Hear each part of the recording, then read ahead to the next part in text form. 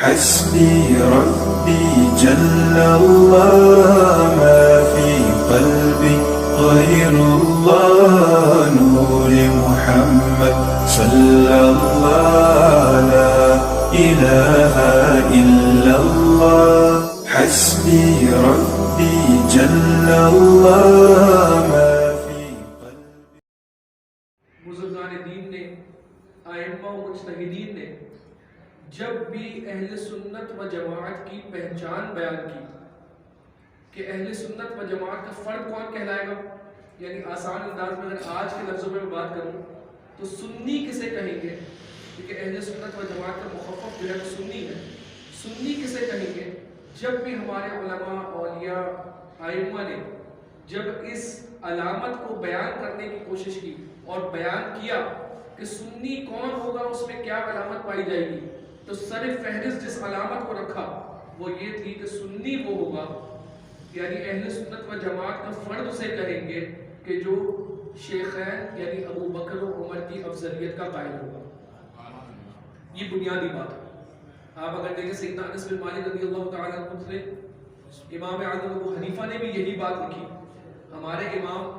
جن کی وجہ سے ہم حنفی کہلاتے ہیں، امام اعظم ابو حنیفہ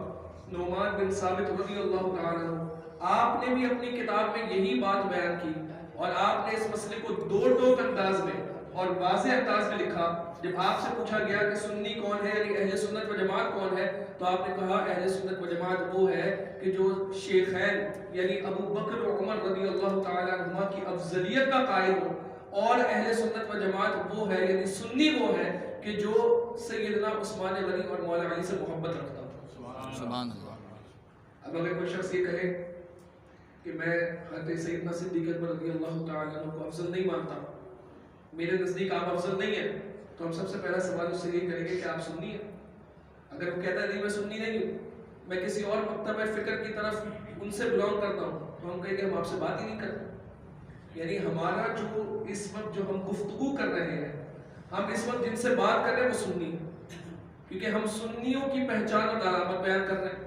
ہم سنیوں کے امام و پیشوا امام اعظم ابو حنیفہ کی مثال کے قول کی نظر میں اور آپ کے قول کی روشنی میں بیان کر رہے ہیں، تو ہماری گفتگو سنیوں سے ہے اور اہل سنت و جماعت سے ہے. اور اگر کوئی شخص اپنے آپ کو سنی کہلوانا چاہتا ہے، وہ کہتا ہے ہاں میں سنی ہوں اور میں اہل سنت و جماعت سے بلونگ کرتا ہوں، تو اس پر یہ لازم ہے کہ وہ شیخین یعنی سیدنا صدیق اکبر رضی اللہ تعالیٰ عنہ اور سیدنا فاروق اعظم رضی اللہ تعالیٰ عنہ کو بعد از انبیاء تمام مخلوق پر افضل ہو جائے، تمام بشر پر افضل ہو جائے. یہ ضروری ہے. اور ہمارے علماء نے اس کو اتنی وضاحت کے ساتھ بیان کیا، وہ کہتے ہیں دیگر انبیاء کرام علیہ السلام جو حضور علیہ السلام سے پہلے تشریف لائے، تو ان کی امتیں بھی گزری، ان کی قومیں بھی گزری، ان پر ایمان لانے والے بھی کچھ افراد تھے. جیسے حضرت موسیٰ علیہ السلام کے دور میں جو آپ پر ایمان لے کر آئے وہ حضرت موسیٰ کے صحابی کہلائے. حضرت عیسیٰ علیہ السلام کے دور میں جو حضرت عیسیٰ پر ایمان لے کر آئے وہ حضرت عیسیٰ کے صحابی کہلائے. حضرت ابراہیم علیہ نبینا علیہ الصلوۃ والتسلیم کے دور میں جو آپ پر ایمان لے کر آئے، جنہوں نے آپ کی زیارت کی، آپ کے ساتھ وقت گزارا، وہ آپ کے صحابی کہلائے. وہ کہتے ہیں تمام امت انبیاء کے صحابہ کو جمع کرو، ان تمام میں بھی سب سے بڑا رتبہ سیدنا صدیق اکبر کا ہے. آپ اس کو سمجھ لیں ایک جملے کے اندر کہ افضل البشر، انسانوں میں سب سے زیادہ فضیلت والے، سب سے زیادہ بزرگی والے بعد الانبیاء، انبیاء کے بعد وہ سیدنا صدیق اکبر رضی اللہ تعالیٰ عنہ ہے. اور یہ ایک ایسا موقف ہے اور یہ ایسا دو ٹوک نظریہ ہے کہ 1400 سال سے ہمارے علماء یہی بیان کرتے آئے ہیں، اور ہمارے علماء نے اپنی کتابوں میں واضح انداز میں یہ بات لکھ دی کہ جو اس عقیدے سے پھر گیا وہ اہل سنت و جماعت نہیں، وہ گمراہ ہے، تفضیلی ہے، رافضی ہے، لیکن سنی نہیں. سب سے پہلے تو یہ مسئلہ بالکل واضح انداز میں سمجھ گیا. اور ہم نے پچھلے سال دلائل کے ساتھ قرآن کی روشنی میں بھی اور دلائل کے ساتھ احادیث کی روشنی میں بھی اس مسئلے کو بیان کیا تھا. صحابہ کرام رضوان اللہ علیہم اجمعین کے درمیان یہ بات بالکل واضح تھی جب ان سے سوال کیا جاتا کہ رسول اللہ کے بعد سب سے زیادہ افضل کون ہے، تو ابو بکر کا نام لیا جاتا رضی اللہ تعالیٰ. آپ خود اس بات کو سمجھیں. بخاری شریف میں حدیث مبارکہ ہے، توقیر حدیث کو مختصر انداز میں آپ کو سمجھاتا ہوں. حدیث مبارکہ یہ ہے کہ ایک دفعہ سرکار دو عالم صلی اللہ علیہ وسلم کسی معاملے میں مصروف تھے اور نماز کا وقت آ گیا تھا اور صحابہ سرکار دو عالم صلی اللہ علیہ وسلم کا انتظار کر رہے تھے، یہاں تک کہ صحابہ کو یہ اندیشہ ہوا کہ سرکار تشریف نہ لائے تو نماز نکل جائے گی۔ تو سارے صحابہ سیدنا صدیق اکبر کے پاس جمع ہوئے اور آ کر کہا کہ آپ جماعت کرائیں، یعنی اس وقت جب سرکار موجود ہیں تب بھی صحابہ یہ بات جانتے تھے کہ اگر امت کا رہنما اور لیڈر کوئی سرکار کے بعد ہے تو وہ ابو بکر ہے۔ صحابہ خود حضرت سیدنا صدیق اکبر کی بارگاہ میں تشریف لائے اور کہا کہ آپ جماعت کرائیں۔ سیدنا صدیق اکبر مصلی پر کھڑے ہوئے، نماز شروع کرائی، اتنے میں سرکار دو عالم صلی اللہ علیہ وسلم تشریف لے آئے اور حضور علیہ الصلوۃ والسلام صحابہ کی صفوں کو چیرتے ہوئے آگے پہنچے اور سیدنا صدیق اکبر کے یعنی پہلی صف میں جا کے کھڑے ہوئے۔ سیدنا صدیق اکبر رضی اللہ تعالیٰ عنہ اتنی ہی انہمام کے ساتھ اور کنسنٹریشن کے ساتھ نماز پڑھا رہے تھے کہ انہیں محسوس نہیں ہوا کہ سرکار تشریف لا چکے ہیں۔ تو صحابہ نے اپنا ہاتھ اس طرح مارنا شروع کیا، جیسے تالی مارتے ہیں، سمجھانے کے لیے صرف بات کر رہا ہوں، اس طرح صحابہ نے اپنا ہاتھ جو ہے وہ مارنا شروع کیا، یعنی ایک ہاتھ کو دوسرے ہاتھ پر مارنا شروع کیا تاکہ ایک آواز بلند ہو اور سیدنا صدیق اکبر کی توجہ ہماری طرف ہو اور انہیں پتہ چل جائے کہ سرکار تشریف لا چکے ہیں۔ جب آواز بڑھی تو سیدنا صدیق اکبر رضی اللہ تعالیٰ عنہ کا اندازہ ہوا کہ صف میں سرکار دو عالم صلی اللہ علیہ وسلم تشریف لا چکے ہیں۔ سیدنا صدیق اکبر پیچھے آنے لگے تو سرکار نے اشارہ کر کے کہا نہیں ابو بکر تم ہی نماز پڑھو۔ آپ دیکھیں کتنا اونچا مقام، سرکار کہہ رہے ہیں نہیں ابو بکر تم ہی نماز پڑھاؤ۔ سیدنا صدیق اکبر نے ہاتھ اٹھا کر اللہ تعالیٰ کا شکر ادا کیا، لیکن پیچھے آئے، سرکار آگے بڑھے، نماز وہیں سے یعنی آگے اس کو شروع کیا سرکار نے جہاں صدیق اکبر نے چھوڑا تھا۔ دوبارہ نماز نہیں پڑھائی بلکہ نماز کو وہیں سے کنٹینیو کیا جہاں سے صدیق اکبر نے چھوڑا تھا۔ سرکار نے جب نماز مکمل کرا دی تو سیدنا صدیق اکبر کی طرف متوجہ ہوئے اور متوجہ ہو کر کہا اے ابو بکر جب میں تمہیں حکم دے رہا تھا کہ نماز پڑھاؤ تو تم پیچھے کیوں آئے؟ تو سیدنا صدیق اکبر کی عاجزی انکساری دیکھیں اور سرکار سے محبت دیکھیں، کہتے ہیں یا رسول اللہ صلی اللہ علیہ وسلم ابو قحافہ کے بیٹے کی کیا مجال، ابو قحافہ کے بیٹے کی کیا مجال کہ اللہ کا رسول موجود ہو اور وہ نماز پڑھا دے۔ آپ دیکھیں یہ مقام سیدنا صدیق اکبر رضی اللہ تعالیٰ۔ سرکار دو عالم صلی اللہ علیہ وسلم کی زندگی میں 17 نمازیں آپ نے پڑھائی سرکار کے حکم سے، 17 نمازیں حضور علیہ الصلوۃ والسلام کی زندگی میں آپ نے پڑھائی۔ جب سرکار دو عالم صلی اللہ علیہ وسلم بہت زیادہ علیم ہوئے، جب سرکار دو عالم صلی اللہ علیہ وسلم بہت زیادہ علیم ہوئے اور اب رفیق اعلیٰ کا سفر کرنے کا وقت آ گیا، کتابوں میں آتا ہے کہ سرکار دو عالم صلی اللہ علیہ وسلم نے ہماری ماں حضرت عائشہ صدیقہ رضی اللہ تعالیٰ عنہ کو بلایا اور کہا جاؤ ابو بکر کو کہو میرے مصلی پر کھڑے ہو کے نماز پڑھائے، جاؤ ابو بکر کو کہو میرے مصلی پر کھڑے ہو کے نماز پڑھائے۔ سیدنا عائشہ صدیقہ رضی اللہ تعالیٰ عنہ ہماری ماں بیان فرماتی ہیں میں نے سرکار سے عرض کی کہ یا رسول اللہ صلی اللہ علیہ وسلم میرے والد ابو بکر آپ سے اتنی محبت کرتے ہیں، آپ سے اتنا عشق کرتے ہیں، اگر انہیں پتہ چلا کہ آپ اتنے علیم ہیں کہ نماز پڑھانے مصلی پر تشریف نہیں لا سکتے اور آپ نے ان کا کہا ہے تو وہ غم کی کیفیت اور آپ کی علالت کو سوچ کر ان پر ایسا غم طاری ہوگا کہ وہ نماز نہیں پڑھا سکیں گے، آپ عمر سے کہیں۔ تو سیدتنا عائشہ رضی اللہ تعالیٰ عنہ سے ہمارے آقا نے کہا جاؤ اور ابو بکر سے ہی کہو کہ مصلی پر نماز پڑھے، اور 3 مرتبہ سرکار نے ایسا کہا۔ اور ایک روایت میں یہ بھی ملتا ہے کہ سرکار دو عالم صلی اللہ علیہ وسلم نے یہ بیان فرمایا کہ اے عائشہ اللہ اور میں ابو بکر کے علاوہ کسی پر نہیں مانتے، یعنی یہ مجھے اللہ رب العزت کی طرف سے حکم ہے کہ اگر مصلی رسول پر کوئی آئے گا میرے بعد تو وہ ابو بکر ہی ہوں گے، اللہ ان کے علاوہ کسی اور پر راضی نہیں۔ آپ دیکھیں یہ ہے مقام و مرتبہ سیدنا صدیق اکبر رضی اللہ تعالیٰ۔ ہم جو بات کرتے ہیں کہ آپ افضل البشر بعد الانبیاء ہے، انبیاء کے بعد سب سے بڑا رتبہ سیدنا صدیق اکبر کا ہے، تو وہ بات ایسے ہی تھوڑی کی جاتی ہے اور پھر ایک فتنہ یہ پھیلایا جاتا ہے کیونکہ جمعہ ہے، ہمارے پاس وقت کم ہوتا ہے، مختصر وقت میں جو ضروری باتیں آج کے دور میں جو ہماری ضروری اور بنیادی باتیں ہیں وہ میں کر جاؤں تاکہ ہم اپنے بزرگوں کا کچھ حق ادا کریں۔ مسجد کی بنیاد رکھنے میں اور اس کی سنگ بنیاد رکھنے میں اور اس کے افتتاح میں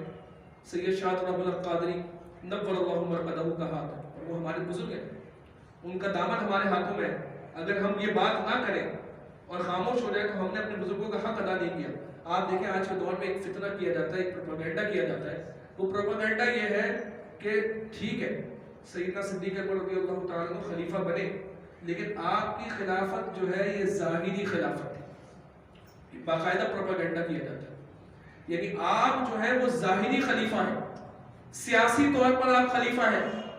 لوگوں نے جمع ہو کر آپ کو منتخب کر لیا، ورنہ اللہ رب العزت کی طرف سے منتخب کردہ خلیفہ سرکار علیہ الصلوۃ والسلام کے وہ مولا علی ہیں۔ یہ بات باقاعدہ کی جاتی ہے، اور کس کی طرف سے کی جاتی ہے؟ طاہر القادری کی طرف سے۔ میں نام اس لیے لے رہا ہوں کہ یہ فتنہ اتنی تیزی سے ہمارے گھروں میں پھیل رہا ہے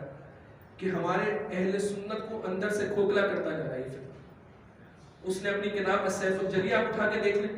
یا القول المعتبر یہ اٹھا کے دیکھ لیں، وہاں وہ فرق کر دیا کہ حضرت سیدنا صدیق اکبر رضی اللہ تعالیٰ عنہ کی خلافت یہ خلافت ظاہری ہے، یہ تو سیاسی خلافت ہے، یعنی کچھ صحابہ جمع ہوئے اور انہوں نے مل کر یہ ڈیسائیڈ کر دیا کہ حضرت سیدنا صدیق اکبر رضی اللہ تعالیٰ عنہ پہلے خلیفہ بنیں گے، جبکہ اصل میں اللہ رب العزت کی طرف سے جو منتخب کردہ خلیفہ تھے وہ مولا علی العیاذ باللہ تعالیٰ۔ کیسی خطرناک بات کی کہ وہ بات جو ہم پر رافضیوں نے نہیں کیا، جو رافضیوں نے ہم پر وار نہیں کیا، وہ اہل سنت کی صفوں میں گھس کر ان لوگوں نے ایسا خطرناک ظلم کیا کہ اندر سے اہل سنت کو دو حصوں میں تقسیم کر دیا، اور ایسا فرق بیان کر دیا کہ ایک طرف سے یہ کہتے ہیں کہ ہم خلافت کو مانتے بھی ہیں، ہم حضرت ابوبکر کو پہلا خلیفہ مانتے بھی ہیں، لیکن دوسری طرف سے وار یہ کرتے ہیں کہ ان کی افضلیت نہیں، ان کا اونچا مقام و مرتبہ نہیں، بلکہ سب سے بڑا مقام و مرتبہ حضرت علی کا ہے۔ خود حضرت علی رضی اللہ تعالیٰ عنہ سے جب سوال ہوا، آپ کے بیٹے محمد بن حنفیہ وہ حضرت علی سے سوال کرتے ہیں، کہتے ہیں میں نے اپنے والد سے پوچھا اے میرے ابا جان رسول اللہ کے بعد سب سے افضل کون ہے؟ یہ خود مولا علی کے بیٹے بیان کر رہے ہیں، اس حدیث کے راوی مولا علی کے بیٹے ہیں، کہتے ہیں میں نے اپنے والد سے پوچھا کہ رسول اللہ کے بعد سب سے افضل کون؟ تو کہتے ہیں میرے والد نے کہا ابو بکر۔ یہ فتویٰ کسی اور کا نہیں، مولا علی کا فتویٰ ہے۔ آپ نے کوئی تفریق نہیں کی، آپ نے کوئی فرق نہیں کیا کہ نہیں رسول اللہ کے بعد ولایت کے اعتبار سے، امامت کے اعتبار سے، باطنی اعتبار سے میں زیادہ افضل ہوں، اور سیاسی اعتبار سے ابو بکر آگے بڑھ گئے۔ آپ ایک بات بتائیں خود عقلی طور پر اور لاجیکل یہ بات بتائیں کہ مصلی پر کھڑا کرنا نماز کے لیے اپنے بعد اور اپنی زندگی میں مصلی پر نماز کے لیے کھڑا کرنا یہ سیاسی معاملہ تھا یا باطنی معاملہ تھا؟ یہ دینی معاملہ ہے یا سیاسی معاملہ ہے؟ خود بتائیں۔ ہمارے یہاں پر جو بلا تشبیہ و تمثیل سمجھانے کے لیے بات کر رہا ہوں، جب کوئی ممبر پارلیمنٹ کا سلیکٹ ہوتا ہے سیاسی اعتبار سے تو اسے پارلیمنٹ میں سیٹ دی جاتی ہے، اسے کاؤنسل ممبر بنایا جاتا ہے، اسے جو ہے وہ طاقتیں دی جاتی ہے۔ کیا ہم اسے اپنی مسجد میں ممبر پر کھڑا کر دیتے ہیں؟ کیا ہم اپنی مسجد کو اسے آگے کھڑا کر دیتے ہیں؟ بلکہ ہم اپنی مسجد میں اس کو آگے کھڑا کرتے ہیں جو دینی اعتبار سے مضبوط ہوتا ہے، جو دین میں ہمارا بڑا ہوتا ہے، جو مسائل کا جاننے والا ہوتا ہے، جو تقوی اور پرہیزگاری کا پیکر ہوتا ہے۔ آپ بتائیں رسول اللہ اپنے مصلی پر جس کو کھڑا کرے اس کے بارے میں یہ کہا جائے کہ نہیں یہ باطنی طور پر رسول اللہ کا خلیفہ نہیں، تو یہ کتنا بڑا ظلم ہے، یہ کتنا بڑا دجل ہے، یہ کتنا بڑا فریب ہے۔ آپ بتائیں، یعنی میں کوئی ایسی بات نہیں کرتا جو ہمیں سمجھ رہا ہے، یہ بالکل وہ بنیادی بات ہے جو ہمارے علماء نے اپنی کتابوں میں لکھ دی۔ اور جب مولا علی سے سوال ہوا کہ رسول اللہ کے بعد سب سے افضل کون، آپ کے بیٹے خود یہ حدیث بیان کر رہے ہیں، وہ کہتے ہیں میں نے اپنے والد سے جب پوچھا تو میرے والد مولا علی نے کہا میرے یعنی رسول اللہ کے بعد انبیاء کے بعد سب سے افضل ابو بکر ہے۔ کہا میں نے پوچھا ثم من، پھر کون، اس کے بعد کون؟ تو کہا میرے والد کہتے ہیں اس کے بعد عمر۔ بیٹے تھے نا، باپ سے محبت رکھتے تھے، اپنے باپ کا نام سننا چاہتے تھے، تو انہوں نے کہا خود بیان کرتے ہیں کہ میں نے سوال کو تبدیل کیا، مجھے یہ اندیشہ ہوا کہ اگر دوبارہ پوچھ لیا کہ عمر کے بعد کون تو ہو سکتا ہے عثمان کا نام لے لیں، تو میں نے سوال تبدیل کیا اور میں نے چینج کر کے پوچھا کہ اچھا عمر کے بعد تو آپ ہیں نا، کس سے پوچھ رہے؟ مولا علی سے، مولا علی کرم اللہ تعالی وجہ الکریم سے پوچھ، جن کے چہرے کو دیکھنا عبادت ہے، ان سے پوچھ رہے ہیں۔ وہ مولا علی سے پوچھ رہے جو فاتح خیبر ہے، اس مولا علی سے پوچھ رہے جو اسد اللہ ہے، جو ڈر کسی کا نہیں رکھتا،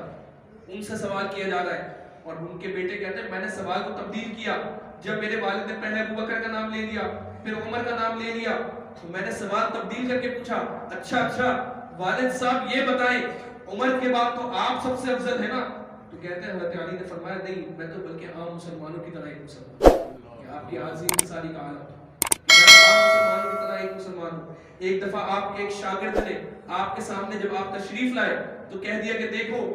یہ رسول اللہ کے بعد اور انبیاء کے بعد سب سے افضل شخصیت آ رہی ہے۔ شاگرد تھے نا، استاد کو خوش کرنا چاہتے تھے،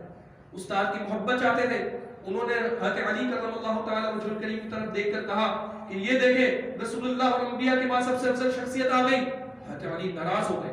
جلال آ گیا آپ کے چہرے مبارک پر، اور آپ نے کہا نہیں یہ بات نہیں، رسول اللہ اور انبیاء کے بعد سب سے افضل ابو بکر ہے، اس کے بعد عمر ہے۔ آپ دیکھیں یہ دو ٹوک الفاظ میں ہمارے علماء نے بات کی، اور یہ تفریق کرنا اور یہ فرق کرنا کہ ولایت کے اندر حضرت علی کا پہلا نمبر اور سیاست کے اندر اور ظاہری خلافت کے اندر سیدنا صدیق اکبر کا پہلا نمبر، تو یہ کتنا بڑا دجل اور کتنا بڑا فریب اور اہل سنت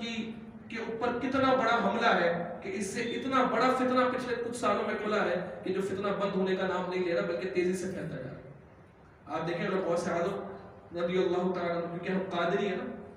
ہم قادری ہیں، اگر آپ قادری نہیں بھی چشتی بھی ہیں، سہروردی بھی ہیں، نقشبندی بھی ہیں، آپ اپنے بزرگ کی کتابیں اٹھا کے پڑھیں، مسئلہ وہی ملے گا جو غوث اعظم نے لکھا اپنی کتاب میں۔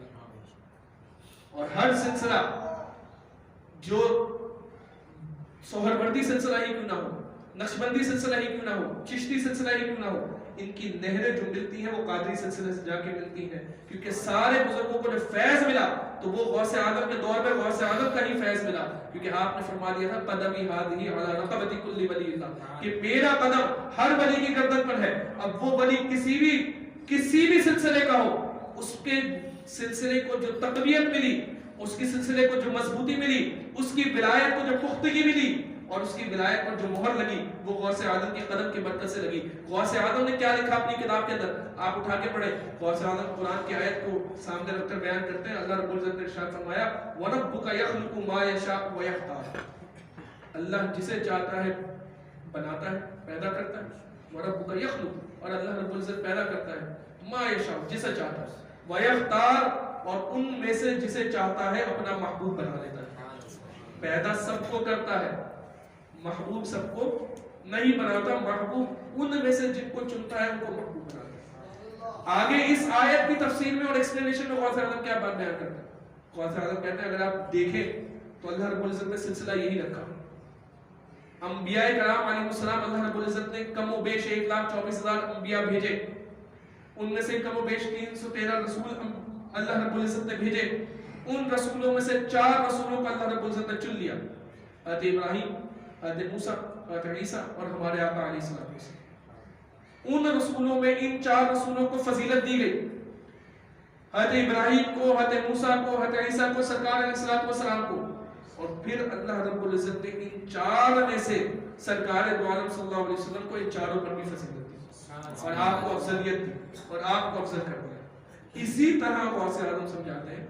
خود غوث اعظم اپنی کتاب میں لکھ رہے ہیں، اسی طرح حضور علیہ السلام کے صحابہ بھی بہت ہیں اور شرف صحابیت میں سارے صحابہ برابر ہیں، لیکن اللہ رب العزت نے حضور علیہ السلام کے صحابہ میں سے بھی 4 صحابہ کو چن لیا۔ کون؟ ابو بکر، عمر، عثمان، علی رضی اللہ تعالیٰ عنہ، اور ان 4 میں سے یہ کون لکھ رہا ہے؟ قادری سلسلے کا سب سے بڑا امام لکھ رہا ہے، یہ وہ لکھ رہا ہے جو ولیوں کا سردار ہے، یہ وہ لکھ رہا ہے امام مہدی کے آنے تک غوث اعظم وہی ہے، یہ وہ لکھ رہا ہے کہ امام مہدی کے آنے تک جتنے اولیاء آئیں گے وہ کون ولی اس میں سے بنے گا، کس کو ولایت ملے گی، اس پر مہر اور سٹیمپ لگانے والے غوث اعظم ہیں، یہ وہ غوث اعظم لکھ رہے ہیں۔ آپ فرماتے ہیں سنو، حضور علیہ السلام کے صحابہ میں سے بھی 4 کو چن لیا اور ان 4 میں سے بھی ابو بکر کو اللہ رب العزت نے افضلیت دی۔ یہ ایسا مسئلہ نہیں کہ جو آج کے دور میں سمجھ آئے، بلکہ یہ مسئلہ بالکل واضح اور ہمارے 2 ٹوک انداز میں ہمارے علماء کتابوں میں لکھ چکے۔ آج کے دور میں اگر کوئی شخص کہتا ہے کہ نہیں مولا علی پہلے ولایت پہلے ہے اور حضرت ابوبکر کو معاذ اللہ ولایت نہیں ملی تھی، صرف ظاہری سیاست ملی تھی، اگر وقت ہوتا تو پھر ایک ایک عبارت کھول کے آپ کے سامنے پڑھتے، لیکن ہم اکتفا کریں گے آخری حوالے پر، کیونکہ وقت ہمارا مکمل ہو رہا ہے، بالکل آخری حوالے پر میں اکتفا کروں گا اور اسی حوالے پر اپنی بات کو مکمل کروں گا، اور یہ حوالہ ایسا مضبوط حوالہ ہے کہ جو بالکل ہمارے لیے کافی ہے، اور یہ حوالہ ہے اس عظیم ہستی کا کہ جو لاہور کی سرزمین میں آرام فرما ہے، گنج بخش فیض عالم مظہر نور خدا ناقصارہ پیر کامل کاملہ رہنما، جن کے بارے میں خواجہ معین الدین چشتی اجمیری رحمت اللہ تعالی علیہ اجمیر کے بزرگ اور ہند کے بادشاہ خواجہ معین الدین چشتی اجمیری رحمت اللہ تعالی علیہ فرماتے ہیں کہ یہ داتا صاحب وہ ہے کہ جو کامل و اکمل ہے نا، ان کے رہنما اور ان کو رستہ دکھانے والے وہ داتا صاحب ہیں۔ داتا صاحب اپنی کتاب کشف المحجوب شریف میں کیا لکھتے ہیں آپ دیکھیں، داتا صاحب اپنی کتاب کشف المحجوب شریف میں لکھتے ہیں صحابہ کرام میں، جب آپ صحابہ کرام رضوان اللہ یعنی مجمعین کا ذکر مانتے ہیں تو آپ یہ الفاظ لکھتے ہیں صحابہ کرام میں اہل طریقت کے مشائخ اعظام۔ اہل طریقت کسے کہتے ہیں؟ اولیاء کاملین، صوفیاء۔ اولیاء کاملین کے لیے ایک ٹرمینالوجی جو استعمال کی جاتی ہے وہ اہل طریقت ہے، طریقت کے امام، مشائخ اعظام۔ صحابہ کرام میں اہل طریقت میں مشائخ اعظام، اور اس میں سب سے پہلا نام غور سے داتا صاحب جس کا لکھتے ہیں وہ سیدنا صدیق اکبر رضی اللہ عنہ۔ یعنی آپ کہہ رہے ہیں، آپ نے چیپٹر باندھا، آپ نے ہیڈنگ دی کہ صحابہ کرام میں اولیاء کاملین، صحابہ کرام میں اہل طریقت کے مشائخ،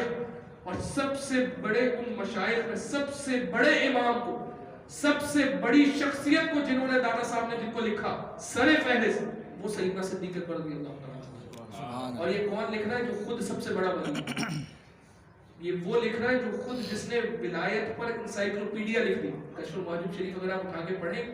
تو ایک ولایت کیا ہوتی ہے، تصوف کیا ہوتا ہے،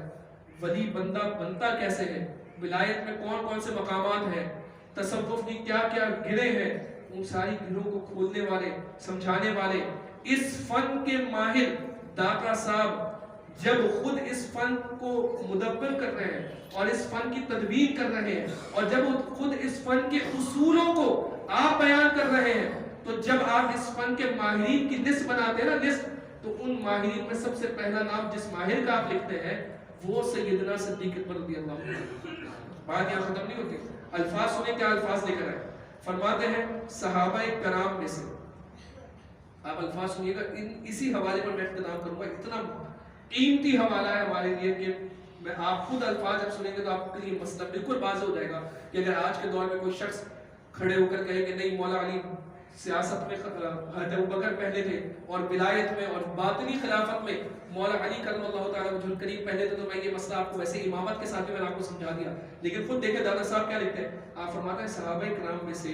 شیخ الاسلام، کیا شیخ الاسلام، یہ ہے حقیقی شیخ الاسلام کا ذکر۔ آج کے دور میں اگر کوئی اپنے آپ کو شیخ الاسلام کہے، مفسر قرآن کہے، کچھ بھی کہتا رہے، اس بات کی کوئی پرواہ نہیں ہوگی، کیونکہ اپنی کتابوں میں جو اس نے بات لکھی وہ اہل سنت کی شہرت پہ حملہ کیا۔ اہل سنت کی شہرت پر ایسا خطرناک حملہ کیا طاہر القادری نے، جس کا رد داتا صاحب لکھ کر چلے گئے پہلے ہی۔ آپ فرماتے ہیں صحابہ کرام میں سے شیخ الاسلام بعد الانبیاء خیر الانام۔ حضرت سیدنا صدیق اکبر کا ذکر کن الفاظ سے سٹارٹ کر رہے ہیں؟ شیخ الاسلام بعد الانبیاء خیر الانام، انبیاء کے بعد سب سے بہترین، خیر الانام علیہ السلام، خلیفہ و امام تارکین دنیا کے سردار، دنیا کو ترک کرنے والے اماموں کے سردار۔ یعنی جو ولی ہوتا ہے وہ دنیا کو سب سے پہلے ترک کرتا ہے، ولایت حاصل کرنے کے لیے دنیا کو ٹھوکر مارنی پڑتی ہے۔ داتا صاحب فرما رہے جتنے اولیاء کاملین ہیں، تارکین دنیا ہیں، بڑے بڑے امام ہیں، ان سب کے سردار یہ سیدنا صدیق اکبر۔ مولا علی کا ذکر اپنے مقام پر، مولا علی کی فضیلت اور آپ کے فضائل اپنے مقام پر، اس کا کوئی انکار نہیں۔ جب ہم نعت علی پڑھتے ہیں تو ہم نعت علی میں بھی مولا علی کا نام لیتے ہیں، کیونکہ ہم اس بات کا انکار نہیں کرتے، ہمارے دل میں کوئی بغض نہیں، ہمارے دل میں کوئی جلن نہیں، ہمارے دل میں کوئی ایسی بات نہیں، اعوذ باللہ تعالیٰ، کیونکہ سرکار نے فرمایا علی سے محبت مومن کرے گا اور علی سے بغض منافق رکھے گا، تو ہم تو علی سے محبت کرنے والے ہیں۔ لیکن مولا علی کرم اللہ تعالیٰ وجہ الکریم سے محبت رکھیں اور آپ کے فرامین کو چھوڑ دیں، آپ کے دوستوں کو چھوڑ دیں، جن کے ہاتھ پر مولا علی نے بیعت کی، جن کو مولا علی نے اپنا امام مانا، جن کے پیچھے مولا علی نے نمازیں پڑھی، ان کے بارے میں ہم یہ بات کہیں کہ نہیں ان کو ہم مولا علی سے افضل نہیں مانتے، تو یہ بات دیکھیں کتنا، کیا اس بات سے مولا علی خوش ہوں گے؟ بلکہ خود مولا علی اس بات سے ناراض ہوں گے۔ آپ دیکھیں فرماتے ہیں امام تارکین دنیا کے سردار صاحبان خلوت کے شہنشاہ، آفات دنیاوی سے پاک و صاف امیر المؤمنین سیدنا ابو بکر عبداللہ بن عثمان بن ابی قحافہ صدیق اکبر رضی اللہ تعالیٰ عنہ، آپ کی کرامتیں اور بزرگیاں مشہور ہیں۔ کیا فرماتے ہیں؟ آپ کی کرامتیں اور بزرگیاں مشہور ہیں۔ یہ تعارف کروایا ہے سیدنا صدیق اکبر رضی اللہ تعالیٰ عنہ کا ولیوں کے امام اور ولایت پر انسائکلوپیڈیا اور ولایت کے پورے فن کو وضع کرنے والے داتا صاحب، وہ شخصیت کہ آج ان کے مزار پر جائیں تو بندہ خالی ہاتھ وہاں سے نہیں لوٹتا۔ آج بھی وہاں پر جائے اور بندہ دعا مانگے تو لاہور سے باہر نکلتے ہوئے یعنی لاہور چھوڑنے سے پہلے اس کی دعائیں قبول ہوتی ہیں۔ وہ داتا صاحب جس کو اپنا پیشوا، اپنا سب سے بڑا امام، اپنا سب سے بڑا رہبر، اپنا سب سے بڑا سردار انبیاء کے بعد مان رہے ہیں کہ شیخ الاسلام بعد از انبیاء خیر الانام سیدنا صدیق اکبر رضی اللہ تعالیٰ نے خود اس کی وضاحت بھی فرماتے ہیں کہ سیدنا صدیق اکبر رضی اللہ تعالیٰ کی عادت مبارکہ یہ تھی، اور یہ آپ نے جو ہے وہ اس مسئلے کو سمجھایا کہ سیدنا صدیق اکبر رضی اللہ تعالیٰ کی عادت مبارکہ یہ تھی کہ رات میں جب قرآن پڑھتے تو آہستہ آواز میں پڑھتے، آہستہ آواز میں قرآن کی تلاوت کیا کرتے تھے۔ اور سیدنا فاروق اعظم رضی اللہ تعالیٰ عنہ کی عادت مبارکہ یہ تھی کہ جب آپ قرآن پڑھتے فاروق اعظم تو آپ اونچی آواز میں قرآن پڑھتے، بلند آواز سے قرآن کی تلاوت کرتے۔ رات کے آخری پہر کی بات ہو رہی ہے، یعنی رات اٹھ کے قرآن پڑھنے کی تلاوت کی بات ہو رہی ہے۔ تو سرکار دو عالم صلی اللہ علیہ وسلم نے خود دادا صاحب لکھ رہے ہیں، سیدنا صدیق اکبر سے پوچھا کہ اے ابو بکر تم آہستہ آواز میں تلاوت کیوں کرتے ہو؟ تو حضرت سیدنا صدیق اکبر نے کہا اے اللہ کے رسول، میں جس کے لیے تلاوت کرتا ہوں وہ سن رہا ہوتا ہے میری تلاوت، یعنی رب تو میری تلاوت سن رہا ہے، اس کے لیے مجھے آواز بلند کرنے کی حاجت نہیں۔ اور جب سیدنا فاروق اعظم رضی اللہ تعالیٰ عنہ سے پوچھا کہ اے عمر تم بلند آواز سے، اونچی آواز سے تلاوت کیوں کرتے ہو؟ تو آپ فرماتے ہیں یا رسول اللہ میں اونچی آواز سے تلاوت اس لیے کرتا ہوں کہ میں اپنی تلاوت سے شیطان کو بھگاتا ہوں اور سوتے ہوئے کو جگاتا ہوں۔ آپ دیکھیں دونوں کا موقف صحیح اور درست، کہ ایک یہ اس موقف سے آہستہ تلاوت کر رہے ہیں کہ رب کے لیے تلاوت کر رہا ہوں، وہ رب سن رہا ہے، اس رب کو میری تلاوت کی آواز پہنچ رہی ہے، وہ رب میری اونچی آواز کرنے کی کا محتاج نہیں۔ اور فاروق اعظم رضی اللہ تعالیٰ عنہ کی سوچ یہ کہ میری تلاوت سن کر لوگ اٹھیں، وہ بھی تلاوت کریں، لوگ راتوں میں سوتے ہوئے پوری رات نہ گزار دیں، بلکہ اللہ رب العزت کی ثنا میں، اللہ کی حمد میں، قرآن کی تلاوت میں رات کو گزاریں، اور جب میں تلاوت کروں تو شیطان بھاگے۔ تو داتا صاحب کہتے ہیں یہ دو ولایت کے درجے ہیں جو اس حدیث سے پتہ چل رہے ہیں۔ کہتے ہیں فاروق اعظم جس درجے پر موجود ہے وہ درجہ مجاہدہ ہے،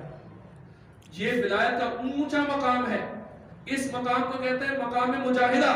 اور کہتے ہیں جس مقام پر سیدنا صدیق اکبر موجود ہے، جو آپ کی سوچ بتا رہی ہے، جو آپ کی فکر بتا رہی ہے، وہ مقام مشاہدہ ہے۔ اور پھر چونکہ خود ولی ہے نا، اور ولیوں کے امام ہیں اور خود اس فن کے ماہر ہیں، تو آگے خود سمجھاتے ہیں کہ مقام مشاہدہ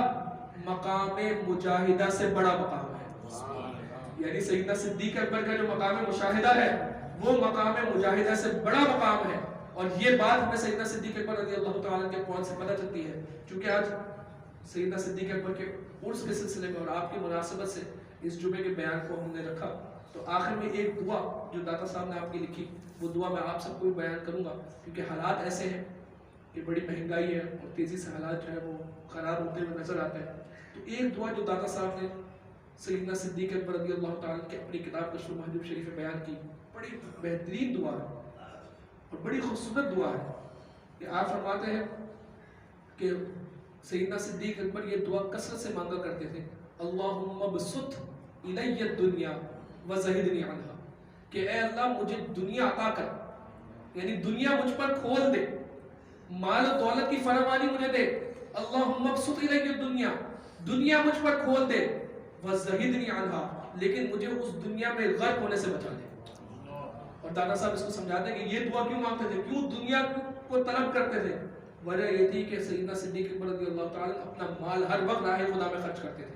تو وہ کہتے تھے یا اللہ مجھے اور مال دے تاکہ میں تیری راہ میں اور خرچ کروں، پھر جب ختم ہو جائے تو تیری بارگاہ میں دعا کروں مجھے اور مال عطا ہو اور میں اس مال کو تیری راہ میں خرچ کرتا رہوں۔ اس دنیا کو اپنے لیے طلب نہیں کرتے تھے بلکہ بانٹنے کے لیے اور راہ خدا میں دینے کے لیے طلب کرتے تھے. اور آپ دیکھیں دعا کیسی مجرب اور کیسی بہترین الفاظ میں آپ نے دعا مانگی کہ دنیا کے خزانے بھی مانگے. اور وہ جو ایک سب سے بڑا مسئلہ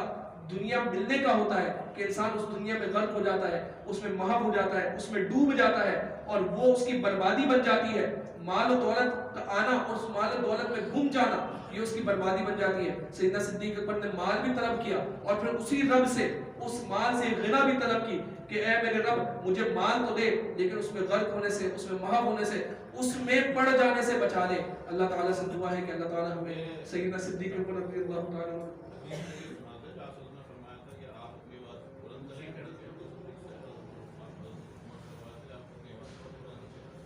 جی پھر سرکار دو عالم صلی اللہ علیہ وسلم نے بالکل یہ بات جو بیان فرمائی کہ انہوں نے بالکل اس طرف توجہ دلائی کہ سرکار دو عالم صلی اللہ علیہ وسلم نے مکمل حدیث ہم کر لیتے ہیں کہ سیدنا ابو بکر صدیق رضی اللہ تعالیٰ سے کہا کہ آپ تھوڑی آواز بلند کر دیں اور سیدنا فاروق اعظم سے کہا کہ آپ تھوڑی آواز اپنی جو ہے وہ کم کر دیں. اور اسی ہمیں حدیث کے ضمن میں ایک اور روایت بھی ملتی ہے کہ سرکار دو عالم صلی اللہ علیہ وسلم نے دونوں کے درمیان موازنہ اس طرح سے بھی کہا کہ حضرت عمر سے کہا اے عمر تم بھی ابو بکر کی نیکیوں میں سے ایک نیکی ہو. اللہ تعالیٰ سے دعا ہے کہ اللہ تعالیٰ ہمیں سیدنا صدیق اکبر رضی اللہ تعالیٰ کا فیضان